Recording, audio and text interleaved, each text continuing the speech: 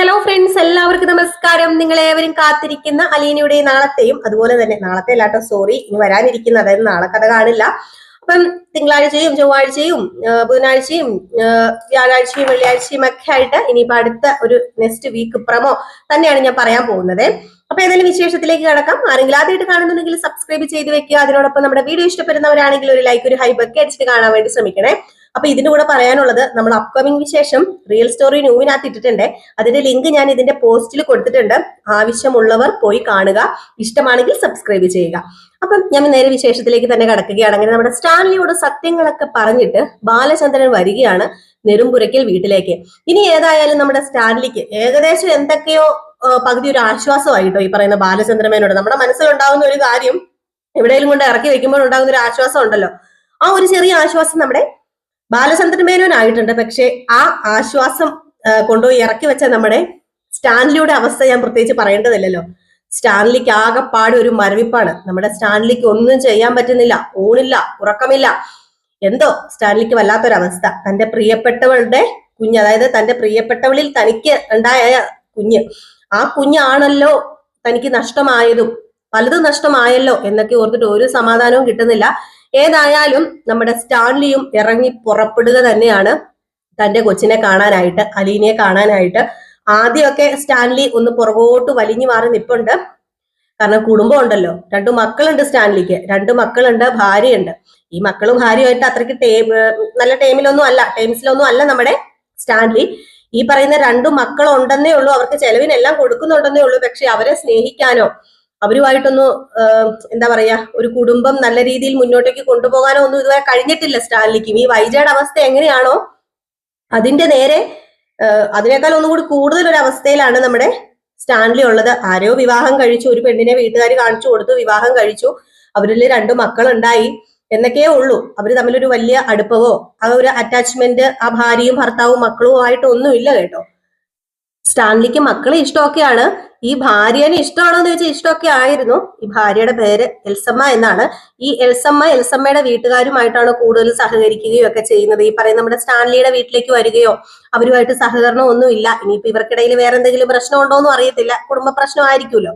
അപ്പൊ അങ്ങനെ ഇവരിൽ നിന്നും മാറി നിൽക്കുകയാണ്, സ്റ്റാൻലിയിൽ നിന്നും മാറി നിൽക്കുകയാണ് ഈ എൽസമ്മ എന്ന് പറയുന്ന നമ്മുടെ സ്റ്റാൻലിയുടെ ഭാര്യയും അതുപോലെ ഈ പറയുന്ന 2 മക്കളും മാറി നിൽക്കുകയാണ്.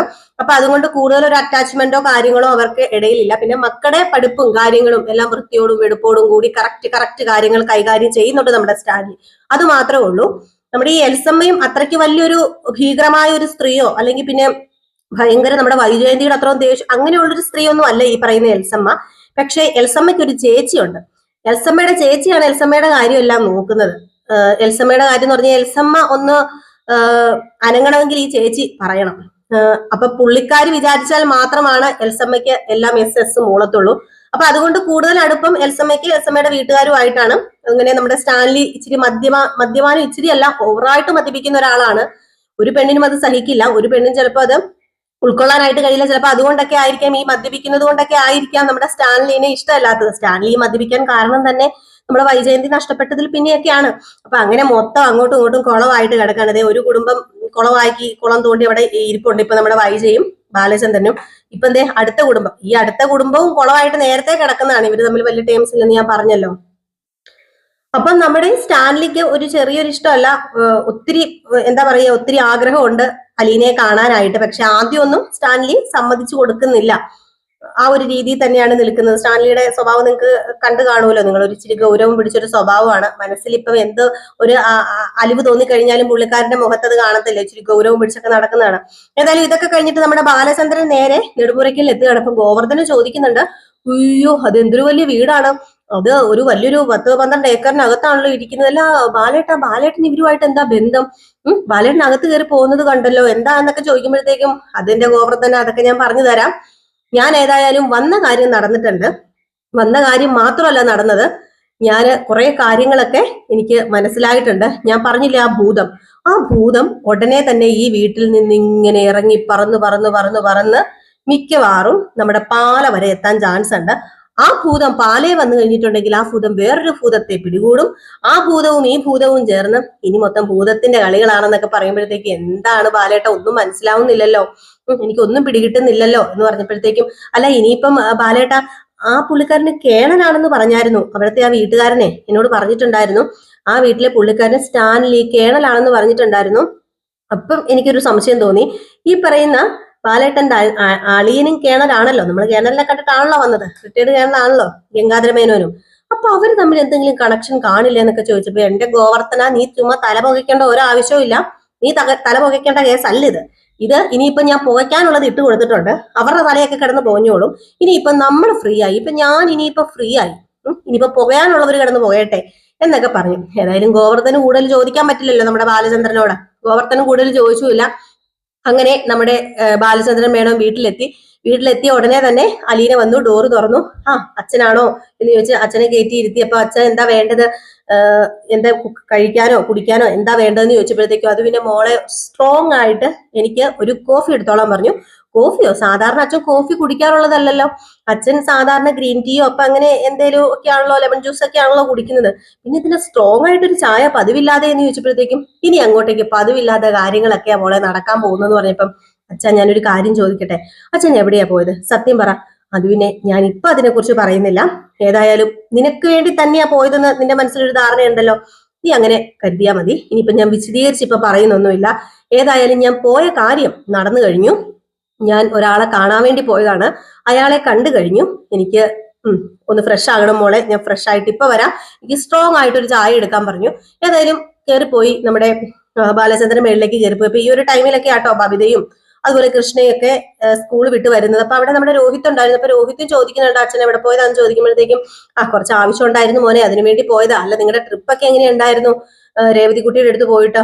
ഓ അത് വലിയ രസമായിരുന്നു. ഈ പറയുന്ന കൃഷ്ണയ്ക്കോ അതുപോലെ ബബിതയ്ക്കോ ഒന്നും ഇങ്ങോട്ട് വരാൻ തീരെ താല്പര്യം ഇല്ലായിരുന്നു അച്ഛാ. പിന്നെ ഉണ്ടല്ലോ അലീന ചേച്ചി ഇഴച്ചോണ്ടാ ഇങ്ങോട്ടേക്ക് വന്നതെന്ന് പറഞ്ഞപ്പം രോഹിത്തിനോട് ചോദിച്ചല്ലോ, നിനക്കും അവിടെ പിടിച്ചു പോയായിരുന്നു എന്ന് ചോദിച്ചപ്പോ, അതെങ്ങനെയാ പിടിക്കാതിരിക്കുന്നത്, വീടെന്ന് പറഞ്ഞ അതാ അച്ഛാ വീട്. അവിടെ ഉള്ളവർക്ക് എന്നാ സ്നേഹമെന്നറിയാമോ നമ്മളോട്, എന്തോ അവിടെ ഒരു പ്രത്യേക ഒരു അറ്റാച്ച്മെന്റ് നമുക്ക് അങ്ങനെ ആയി പോകും അവിടെ ചെന്ന് നിന്ന് കഴിഞ്ഞിട്ടുണ്ടെങ്കിൽ. ഓ ഈ വേലക്കാരിയാന്ന് പറഞ്ഞല്ലേ രേവതീനെ അങ്ങോട്ടേക്ക് കൊണ്ടുപോയത്, പക്ഷെ രേവതീനെ അവർ നോക്കുന്നതൊക്കെ കണ്ടു കഴിഞ്ഞാലേ, ഓ അങ്ങനെ വേണം എന്നൊക്കെ പറയുമ്പോഴത്തേക്കും, ഇത് നിന്റെ അമ്മയോടൊന്ന് പറഞ്ഞു കൊടുക്കാമല്ലായിരുന്നോ, നിന്റെ അമ്മ ഇവിടെ വേലക്കാരികളെ എങ്ങനെയാ പരിഗണിക്കുന്നത് നിനക്കറിയാലോ എന്ന് പറയുമ്പോ, അമ്മയോടും പോത്തിനോടും വേദം ഓതുന്നത് ഒരുപോലെയാ, ഞാനില്ലേ എന്ന് പറഞ്ഞിട്ട് നമ്മുടെ രോഹിത് അങ്ങ് പോവുകയും ചെയ്തു. അത് കഴിഞ്ഞിട്ട് നമ്മുടെ ബാലചന്ദ്രൻ നേരെ ഫ്രഷ് ആകാനൊക്കെ പോയി. ഏതായാലും അലീനയ്ക്ക് വല്ലാത്തൊരു ഡൗട്ട്, എന്തിനാ പോയതെന്നൊന്നും അറിയത്തില്ലല്ലോ. ഏതായാലും ഈ സമയമാണ് ബബിതയും കൃഷ്ണമോളും വരുന്നത്. ബബിതയും കൃഷ്ണമോളും വന്ന് കാര്യങ്ങളൊക്കെ ചോദിക്കുന്നുണ്ട്, ബാലചന്ദ്രനോട് തന്നെ ചോദിക്കുന്നുണ്ട്. ആ അച്ഛൻ വന്നോ, അച്ഛൻ എവിടെ പോയതായിരുന്നു എന്നൊക്കെ ചോദിക്കുമ്പോഴത്തേക്കും, അതൊക്കെ നമുക്ക് പതുക്കെ പറയാലോ എവിടെ പോയതായിരുന്നു, ഈ കുറച്ച് കാര്യങ്ങളൊക്കെ ഉണ്ടായിരുന്നു അതൊക്കെ ചെയ്തു തീർക്കാൻ വേണ്ടി പോയതാണെന്ന് പറയുമ്പോൾ 3 ദിവസത്തെ കാര്യമോ? സാധാരണ ബിസിനസ് മീറ്റിംഗ് ആണെങ്കിൽ അച്ഛൻ എവിടെയാ പോകുന്നത്, അല്ല അച്ഛൻ പോകുന്നത് എങ്ങനെയാ, ഒരു ദിവസം പോയിട്ട് പിറ്റേ ദിവസം വരികയല്ലേ ചെയ്യുന്നത്. ഇതിപ്പോ 3 ദിവസത്തെ മീറ്റിംഗോ, ഞങ്ങൾക്ക് അങ്ങോട്ട് പിടികിട്ടുന്നില്ലെന്ന് പറയുമ്പം, അതൊക്കെ പതുക്കെ പിടികിട്ടിക്കോളെന്ന് പറയാം. ഏതായാലും ഇത് കഴിഞ്ഞിട്ട് നമ്മുടെ കൃഷ്ണ പതിയെ ബാലചന്ദ്രന്റെ അടുത്ത് ചെല്ലുന്നുണ്ട് കേട്ടോ. ബാലചന്ദ്രന്റെ അടുത്ത് ചെന്നിട്ട് കൃഷ്ണ ചോദിക്കാണ്, അല്ല അച്ഛാ അച്ഛൻ എങ്ങോട്ടാ പോയതെന്ന്. ഈ സമയത്ത് നമ്മുടെ കൃഷ്ണ ബാലചന്ദ്രന്റെ അടുത്തേക്ക് ചെല്ലുന്നുണ്ട് കേട്ടോ. അപ്പം കൃഷ്ണയ്ക്ക് എന്തോ ഒരു ചെറിയൊരു സംശയം, എന്തിനായിരിക്കും അച്ഛൻ പോയത്, കൃഷ്ണ എല്ലാ കാര്യങ്ങളും ഇങ്ങനെ ചോദിക്കുമല്ലോ. അങ്ങനെ കൃഷ്ണ പതുക്കെ ചെന്നിട്ട്, അച്ഛൻ എവിടെ പോയതായിരുന്നു അച്ഛൻ, അച്ഛൻ സത്യം പറ, അച്ഛൻ എവിടെ പോയതായിരുന്നു എന്നിങ്ങനെ ചോദിച്ചപ്പോഴത്തേക്കും, അത് പിന്നെ മോളെ ഞാന്, അച്ഛൻ പറ, അതിനിപ്പോ എന്താ, അച്ഛൻ പറ, അച്ഛൻ എവിടെ പോയതായിരുന്നു, ഈ 3 ദിവസം അച്ഛൻ ഇവിടുന്ന് മാറി നിൽക്കണം എന്നുണ്ടെങ്കിൽ അതിലെന്തോ ഉണ്ട്, എനിക്ക് നന്നായിട്ട് അറിയാം. അച്ഛൻ എവിടെ പോയതായിരുന്നു, അത് ഞാൻ പോയത്, മോളോട് ഞാൻ പറയാം കാര്യം, നിനക്ക് അലീനയുടെ കാര്യം അറിയാലോ, ഞാൻ നിന്റെ ചേച്ചി അലീനയുടെ കാര്യത്തിന് ഒരു തീരുമാനം ഉണ്ടാക്കാൻ വേണ്ടി തന്നെയാ പോയെന്ന് പറഞ്ഞപ്പോ, അലീന ചേച്ചിയുടെ കാര്യത്തിന് തീരുമാനം ഉണ്ടാക്കാനോ, ഓ അലീന ചേച്ചിക്ക് ജോലി ശരിയാക്കാൻ വേണ്ടി പോയതാണോ, ആ ഒരു ചെറിയ ജോലി ശരിയാക്കാൻ വേണ്ടി തന്നെ പോയതാ, അലീന ഇനി ഇവിടെ നിർത്താൻ പറ്റത്തില്ലല്ലോ, അവൾ ഇവിടെ നിൽക്കുന്നില്ലെന്നല്ലേ പറഞ്ഞത്, അപ്പൊ പിന്നെ എവിടെയാ പോയത്, ആ അത് ഞാൻ പോയത് പുനലൂർക്കാണ്. പുനലൂർക്ക് പോയി അവിടെ ചെന്ന് അലീനയ്ക്ക് ഒരു ജോലി ചെയ്യാൻ ഒരു വീട്ടില് ഒരു വീടുണ്ടായിരുന്നു. അപ്പൊ ആ വീട്ടിൽ ചെന്നു. അപ്പൊ അവിടെ നിർത്താൻ പറ്റത്തില്ലാത്തതുകൊണ്ട് നേരെ കൊളുത്തുപുഴയിലേക്ക് പോയി. അവിടെ ചെന്ന് കഴിഞ്ഞപ്പം അലീനയ്ക്ക് നിൽക്കാൻ പറ്റിയ സ്ഥലം ആ വീട്. അങ്ങനെ ആ വീട്ടിലേക്ക് നമ്മുടെ അലീനെ ആക്കാൻ പോകുക. ഇനി കൊളുത്തുപുഴ ഒരു വീട്ടിലാണ് ഇനി അലീനയെ ജോലിക്ക് നിർത്തുന്നതെന്ന് വെച്ചപ്പോ, ജോലിക്കോ, ജോലിക്ക് മാത്രമല്ല, വീട്ടു ജോലിക്കല്ല, അവിടെ ചെറിയൊരു ജോലി ഉണ്ട് നമ്മുടെ അലീനയ്ക്ക്. അങ്ങനെ അവളെ അവിടെ ഒന്ന് സേഫ് ആക്കണം. അതിനുവേണ്ടിയാണെന്ന് പറയുമ്പോ അപ്പൊ അലീന ചേച്ചിനെ ഇവിടെ നിന്ന് പറഞ്ഞു വിടാൻ അച്ഛനും തീരുമാനിച്ചോ? അത് പിന്നെ അലീന ഇവിടെ നിൽക്കുന്നില്ലെന്നല്ലേ ഡി പറഞ്ഞത്? അലീനയ്ക്ക് പോണെന്നാണെങ്കിൽ പോട്ടെ, നമുക്ക് പിടിച്ചു നിർത്താൻ പറ്റുമോ? ഓരോരുത്തർക്കും ഓരോ വ്യക്തി സ്വാതന്ത്ര്യം ഇല്ലേ? നമുക്ക് പോണെങ്കിൽ പോട്ടെ. അത് പിന്നെ അച്ഛന് സഹിക്കുമോ അലീന ചേച്ചി ഇവിടുന്ന് പോയാല്? അലീന ചേച്ചി ഇവിടുന്ന് പോയാല് നമ്മുടെ വീട് എങ്ങനെയാ മുന്നോട്ടേക്ക് പോകുന്നത്? പിന്നെ നിന്റെ അമ്മ ഇങ്ങോട്ടേക്ക് വരുമല്ലോ. അത് പിന്നെ അമ്മ വന്നു കഴിഞ്ഞാല് അച്ഛൻ അമ്മയോട് സത്യങ്ങളൊക്കെ തുറന്നു പറഞ്ഞാല് പിന്നെ ഇവിടെ ഉണ്ടാകാൻ പോകുന്ന യുദ്ധം എന്താണെന്ന് ഞങ്ങൾക്ക് നല്ല വ്യക്തമായിട്ട് അറിയാം. അതുകൊണ്ടാണ് ഞാൻ പറഞ്ഞത്, വേണ്ട അച്ഛാ, അലീന ചേച്ചിനെ ഇവിടുന്ന് പറഞ്ഞു വിടണ്ട. അമ്മ വാടക വീടെടുത്ത് റെന്റിന് മാറി താമസിച്ചോട്ടെ. എന്നാലും അലീന ചേച്ചിനെ ഇവിടുന്ന് പറഞ്ഞു വിട്ടാ പിന്നെ പിന്നെ പിന്നെ അച്ഛനും അമ്മയും പിന്നെ ഈ വീട്ടിൽ ആകെപ്പാടും ഒരു യുദ്ധവും ബഹളവും ആയിരിക്കും എന്ന് പറഞ്ഞപ്പോ അതൊക്കെ പിന്നെ നമുക്ക് തീരുമാനിക്കാൻ കൃഷ്ണമോളെ. നീ ഇപ്പം ആ കാര്യമൊക്കെ വിട്. ഞാൻ പറഞ്ഞല്ലോ, അവക്ക് പോണെന്നുണ്ടെങ്കിൽ അവൾ ഇവിടെ നിർത്താൻ പറ്റത്തില്ല, അവളെ പറഞ്ഞയച്ചേ പറ്റത്തുള്ളൂ എന്ന് പറഞ്ഞിട്ട് നമ്മുടെ ബാലചന്ദ്രൻ മോള് മോള് പോയി പഠിക്കുക എന്ന് പറഞ്ഞ് നമ്മുടെ കൃഷ്ണമോളെ പറഞ്ഞു വിടുകയാണ്. ഏതായാലും കൃഷ്ണമോളെ റൂമിനകത്ത് നിന്ന് ഇറങ്ങി വന്നത് ഭയങ്കര ഒരു മൂകതയൊക്കെയാണ്. അപ്പൊ അലീന ചോദിക്കുന്നുണ്ട്, എന്തോ പറ്റി മോളെ നിനക്കെന്ന് ചോദിക്കുമ്പോ ഹേയ് ഒന്നുമില്ല. അല്ല അച്ഛനും മോളും കൂടെ വലിയ സംസാരമായിരുന്നല്ലോ, എന്തായിരുന്നു എന്ന് ചോദിച്ചപ്പോ ഒന്നുമില്ല അലീന ചേച്ചി, ഞാൻ അലീന ചേച്ചി ഒരു കാര്യം പറഞ്ഞോട്ടെ. അലീന ചേച്ചിനെ എനിക്ക് ഒരുപാട് ഇഷ്ടമാണെന്ന് അലീന ചേച്ചിക്ക് അറിയത്തില്ലേ? ഞാൻ അതുകൊണ്ടല്ലേ എല്ലാവരും എതിർത്തിട്ടും അലീന ചേച്ചിനെ സ്നേഹിച്ചത്. അപ്പം അലീന ചേച്ചിക്ക് ഞാൻ പറയുന്നത് കേട്ടൂടെ? അലീന ചേച്ചി ഈ വീട്ടിൽ നിന്ന് പോകണ്ട അലീന ചേച്ചി ഈ വീട്ടിൽ നിന്ന് പോയാൽ ശരിയാവില്ല അലീന ചേച്ചി എന്ന് പറഞ്ഞപ്പം മോളെ അങ്ങനെ പറയരുത്, ഞാൻ പോകാൻ എടുത്തൊരു തീരുമാനമാണ്, അത് നല്ലതിന് വേണ്ടി മാത്രമാണെന്ന് മോള് കരുതിയാൽ മതി. എനിക്ക് പോയേ പറ്റൂ. മോളെ ഇഷ്ടമില്ലാഞ്ഞിട്ടല്ല, ഈ വീട്ടുകാരെ ഇഷ്ടമില്ലാഞ്ഞിട്ടല്ല, ഈ പറയുന്ന എനിക്ക് ജന്മം നൽകിയ എന്റെ അമ്മയെ ഇഷ്ടമില്ലാഞ്ഞിട്ടും അല്ല. ഒരു കുടുംബം, ആ കുടുംബം ഒരിക്കലും തകരാൻ പാടില്ല, അതും പ്രത്യേകിച്ച് ഞാൻ കാരണം. അതുകൊണ്ട് തന്നെയാണ് എനിക്ക് പോയേ പറ്റുള്ളൂ എന്നിങ്ങനെ പറഞ്ഞിട്ട് നമ്മുടെ അലീന കൃഷ്ണമോളെ ഇങ്ങനെ സമാധാനിപ്പിക്കുന്നുണ്ട് കേട്ടോ. ഏതായാലും ഇതേ സമയം നമ്മുടെ ഗംഗാധര മേനോന്റെ അടുത്തും ശിവശങ്കര മേനോന്റെ അടുത്തും ബാലചന്ദ്രൻ ചെല്ലുന്നുണ്ട്.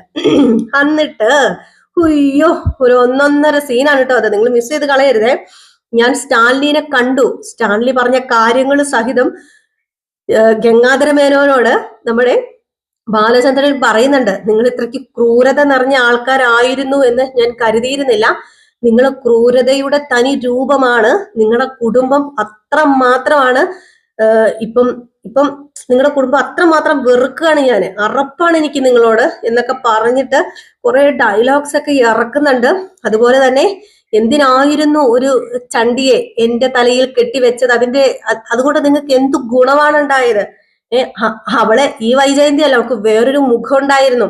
ആ മുഖം അവൾ എന്റെ അടുത്ത് എടുക്കാത്തതിന്റെ കാരണം എന്താണെന്ന് അറിയുമോ? അവളുടെ മനസ്സിപ്പോഴും അവിടെയാണ്, അവളുടെ കാമുകന്റെ കൂടെ തന്നെയാണ് അവളുടെ മനസ്സിപ്പോഴും. ഇതിന് ഞാൻ പകരം വീട്ടിയിരിക്കും. നിങ്ങൾ ഇതിന് അനുഭവിച്ചിരിക്കും, അത് ഉറപ്പായ കാര്യമാണ്. അതുകൊണ്ട് സ്റ്റാൻലി സത്യങ്ങളൊക്കെ അറിഞ്ഞു എന്ന് പറയുന്ന ആ ഒരു നിമിഷം ഗംഗാധരനും ശിവശങ്കരമേനോനും തലചുറ്റ് തുടങ്ങിയിരിക്കുകയാണ്.